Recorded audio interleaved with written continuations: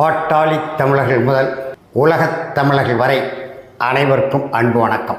அன்பிற்குரிய தமிழர்களே, கடந்த 23ஆம் நாள் தமிழ்நாடு சட்டப்பேரவைக்கான தேர்தல் ஒரு வழியாக நிறைவானது. இந்த தேர்தல் முடிவு வருகின்ற பொழுது பல்வேறு அதிர்ச்சி தரும் செய்திகள் வரக்கூடும் என்று எதிர்பார்க்கப்படுகிறது. பல திருப்பு முனைகளை ஏற்படுத்த போகும் தேர்தல் என்று சொல்லப்படுகிறது. கடந்த காலங்களிலே பொதுமக்களை, வாக்காளர்களை குத்து மதிப்பாக இந்த கழகம்தான் ஆட்சிக்கு வரும், இந்த கழகம் ஆட்சியை இழக்கும் என்றெல்லாம் மதிப்பீடு செய்து அறிவித்து விடுவார்கள். காட்சி ஊடகங்களும் செய்தி ஊடகங்களும் அவ்வாறே தங்கள் கணிப்புகளை வெளிப்படுத்தி கொண்டே இருப்பார்கள். ஆனால் முடிவுகள் கூட வேறு மாதிரியாக வரக்கூடும். ஆனால் இந்த தேர்தலிலே வரலாற்றில் எப்போதும் இல்லாத விடுதலை பெற்ற இந்தியாவில் 1952 முதல் சட்டப்பேரவை தேர்தல், அந்த காலகட்டத்திலிருந்து இந்த காலகட்டம் வரை எந்த தேர்தலிலும், அது சட்டமன்ற தேர்தலாக இருந்தாலும் சரி, நாடாளுமன்ற தேர்தலாக இருந்தாலும் சரி, அல்லது உள்ளாட்சி மன்ற தேர்தல்களாக இருந்தாலும் சரி, 85 விழுக்காடு வாக்காளர்கள் சில தொகுதிகளிலே 90 விழுக்காடை தாண்டி இருக்கிறதாக செய்திகள் வெளிவந்த வண்ணம் உள்ளன. 85 விழுக்காடுக்கு மேலே வாக்குப்பதிவு நடைபெற்றது. குறிப்பாக தமிழ்நாட்டிலே இந்த முறைதான் முதல் முறையாகும். அதைவிட சிறப்பான செய்தி என்னவென்றால், நம்முடைய தமிழ்நாடு சட்டப்பேரவை தேர்தலை ஒட்டி நடைபெறுகிற மேற்கு வங்க சட்டப்பேரவை தேர்தலில் 92 விழுக்காடு, 100 பேர் வாக்காளர்கள் இருக்கிறார் என்றால் 8 பேர் தான் வாக்களிக்கவில்லை. 92 விழுக்காடு வாக்காளர்கள் அங்கே வாக்களித்திருக்கிறார்கள். ஆனால் தமிழ்நாட்டு அரசியலுக்கும் மேற்கு வங்க அரசியலுக்கும் மிகுந்த வேறுபாடு உண்டு. இங்கு கலை உலகத்தின் தாக்கம், குறிப்பாக கூத்தாடிகளுடைய ஆதிக்கம், இது திராவிட முன்னேற்ற கழகத்திலிருந்தே வருகிறது. எப்படி என்று சொன்னால், குறிப்பாக மேற்கு வங்கத்தை முடித்து விடும். மேற்கு வங்கத்தில் அரசியல் கட்சிகள் மட்டும்தான். அது காங்கிரஸ் கட்சியாக இருக்கலாம், பாரதிய ஜனதா கட்சியாக இருக்கலாம், அல்லது திரிணாமுல் காங்கிரஸ் கட்சியாக இருக்கலாம். மமதா பானர்ஜி நம்முடைய மாண்புமிகு முதலமைச்சராக அந்த மாநிலத்தில் கோலச்சுகிற நம்முடைய திரிணாமுல் காங்கிரஸ் கட்சியின் தலைவர் மமதா பானர்ஜி தலைமையிலான கட்சி.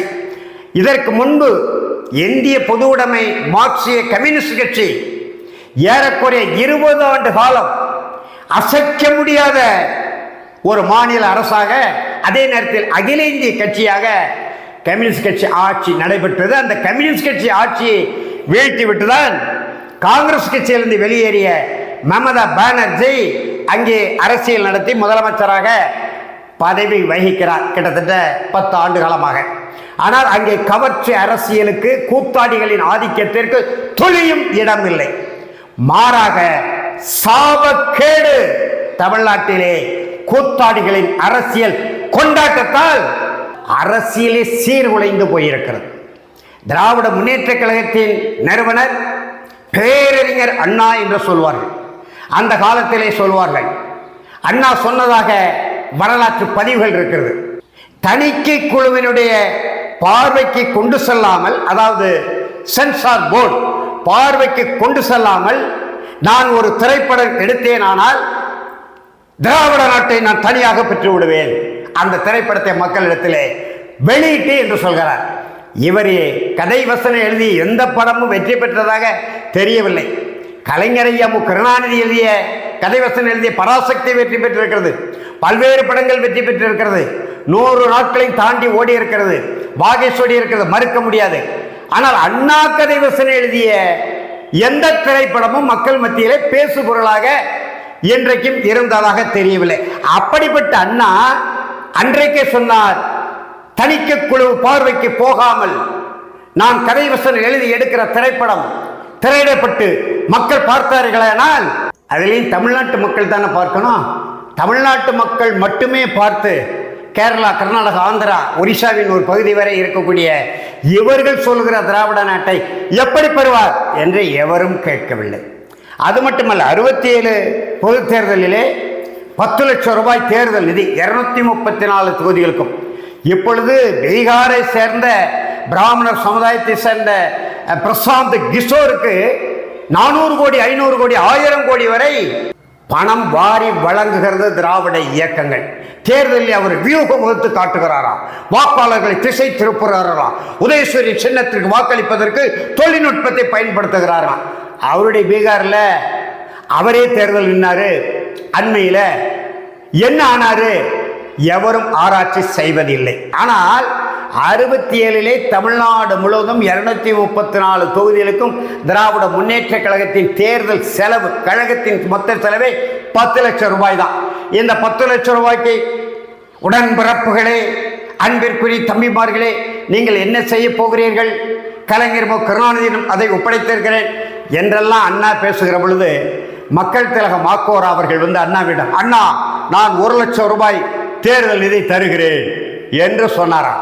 உடனே அண்ணா, தம்பி 1 லட்சம் தேர்தல் நிதி தர வேண்டாம், உன் முகத்தை காட்டு, 1 லட்சம் ஓட்டு. அப்பவே வீழ்ந்து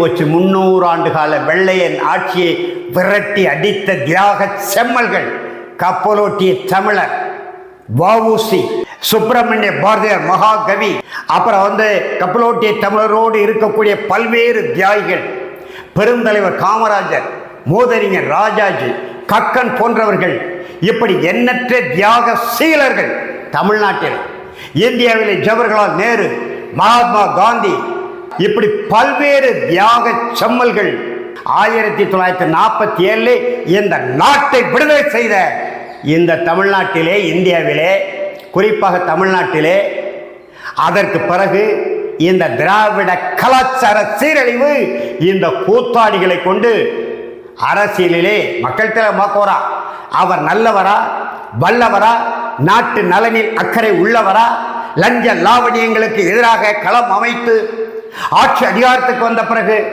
லஞ்சம் என்ற சொல்லுக்கே இந்த நாட்டில் இடமில்லை, ஊழல் என்ற சொல்லுக்கே இந்த நாட்டில் துளியும் இடமில்லை என்று ஆட்சி நடத்தி காட்டினாரா?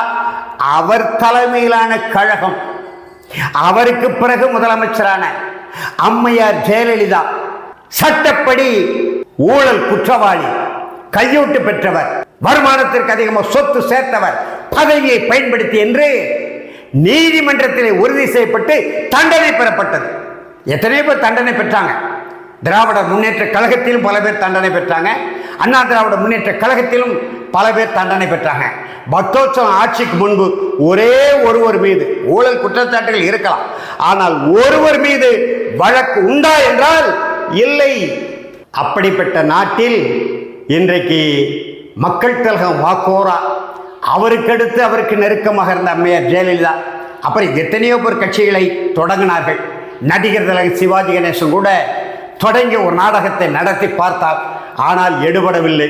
ஆனால் இன்றைக்கு இந்த கூத்தாடி விஜயனுடைய அரசியல் வரவு இளம் பிள்ளைகளை, அரசியல் என்றால் என்னவென்றே தெரியாத, அரசு இயக்குகிறது, இந்த நாட்டு மக்களின் தலையெழுத்தை எழுதக்கூடிய ஆட்சி அதிகாரம், அப்படியானால் அது என்ன, அதனுடைய தன்மை என்ன, அதனுடைய வீரம் என்ன, அதனுடைய வரவு செலவு கணக்கு என்ன, அதனுடைய அதிகாரம் என்ன என்பது எந்த இளவும் தெரியாத இந்த கூமுட்டைகள், இந்த விஜயின் சுவைஞர்கள், சுவைஞிகள்.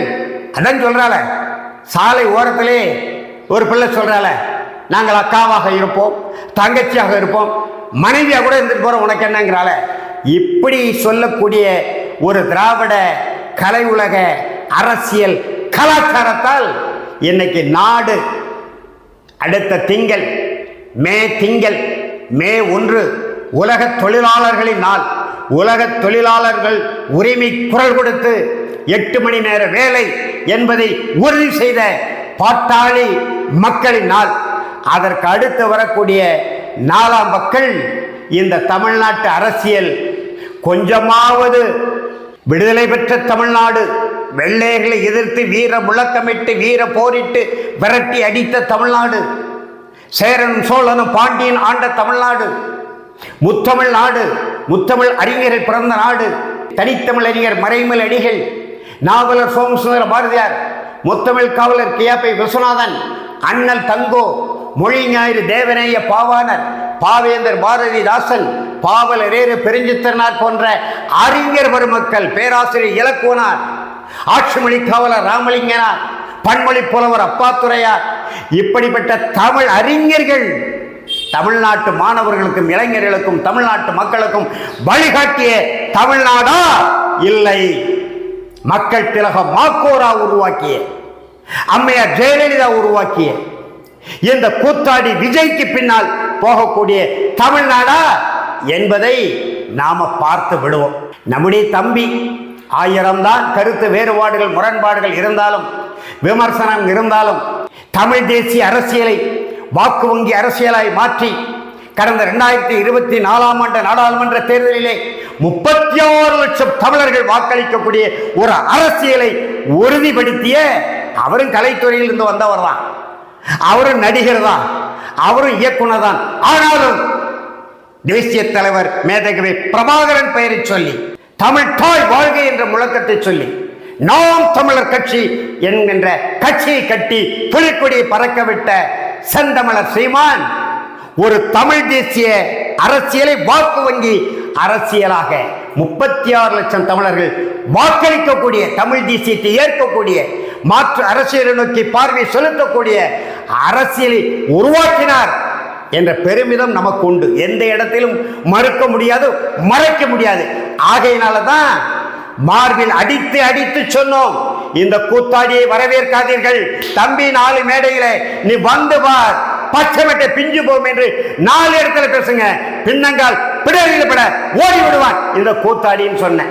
இல்லை என் தம்பி, நான் தனியாக போரிடுகிறேன், எனக்கு தோள் கொடுக்க வருகிறார், துணை நிற்க வருகிறார், நாங்கள் ஒரு தேர்தலில் கூட்டணி சேர்ப்போம், அவர் மாநாட்டிலே கலந்து கொண்டு நான் தான் அவருக்கு அடுத்து சிறப்புரை ஆற்றுவோம், அவர் துணை முதலமைச்சர், நான் முதலமைச்சர் என்று கனவுலே மறந்து விட்டார். 16 முறை சந்தித்து அவருக்கு ஆலோசனைகள், அதாவது அறிவுரைகளை வாரி வாரி வழங்கினார் செந்தமிழன் சீமான்.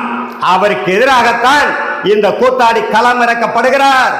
2019 நாடாளுமன்ற தேர்தலுக்கு முன்பு உலக கதாநாயகன் என்று சொல்லக்கூடிய கூத்தாடி கர்நாடக பிராமணன் கமலஹாசன் களத்தில் இறக்கிவிடப்பட்டது சீமானின் வாக்குகளை மடைமாற்றத்தான் என்பதை அப்போதே எச்சரிக்கை மணி அடித்தோம், இப்போதும் அடித்தோம். விவசாய சின்னம் பறிபோக போகிறது, எச்சரிக்கை என்றோம். எள்ளி நகையடினார் என் தம்பி. எனக்கு 10 பேரை கூட்ட முடியாது, உண்மைதான், நான் மறுக்கவில்லை. ஆனால் என் தம்பி செந்தமிழன் சீமான் பேசுகிறார் என்றால் 10,000 தமிழர்கள் கூடுவார்கள். ஏன் என்று சொன்னால் 2009 முள்ளிவாய்க்கால் என்கின்ற அந்த இனப்படுகொலை களத்தில் தொடங்கப்பட்ட கட்சி, வீறு கொண்டு எழுந்த தமிழ் தேசியம். ஆனால் பட்டறிவு அனுபவம் வேண்டுமல்லவா, புத்தி கூர்மை வேண்டுமல்லவா, அரசியல் நுட்பத்தை அறிந்து கொள்ள வேண்டுமல்லவா. தமிழ்நாட்டிலே என்ன அரசியல் நடைபெறுகிறது, டெல்லியிலே என்ன அரசியல் நடைபெறுகிறது, தமிழ்நாட்டில் அகில இந்திய கட்சிகள் எப்படி சூழ்ச்சி வலை பண்ணுகிறார்கள், டெல்லியிலே உள்ள ஆதிக்கவாதிகள் எப்படி சூழ்ச்சி வலை பண்ணுகிறார்கள், எந்த சொடிக்கையை போட்டால் எந்த விளக்கு எரியும் என்று யார் முடிவு செய்கிறார்கள் என்பதெல்லாம் தெரிந்து, அது திராவிட குப்பைகளாக இருந்தாலும் சரி, அகில இந்திய ஆதிக்க ஆற்றல்களாக இருந்தாலும் சரி, தெரிந்து சொன்னால் மூத்தவர் சொல்லை கேட்போமே, சற்று ஆய்வு செய்வோமே என்று சிந்திக்காமல் மூலத்தனமாக சீமான் விழுந்து விட்டதன் விளைவே இன்றைய அரசியல் சீரழிவு என்று வருகிற மே திங்கள் 4ஆம் நாள் என்ன நிகழ்கிறது தமிழ்நாட்டு அரசியலில் என்பதை பார்ப்போம். அதுவரை பொறுத்திருப்போம் என்று கூறி அனைத்து தாய் தமிழ் உறவுகளுக்கும் நன்றி கூறி விடைபெறுகிறேன். நன்றி, வணக்கம்.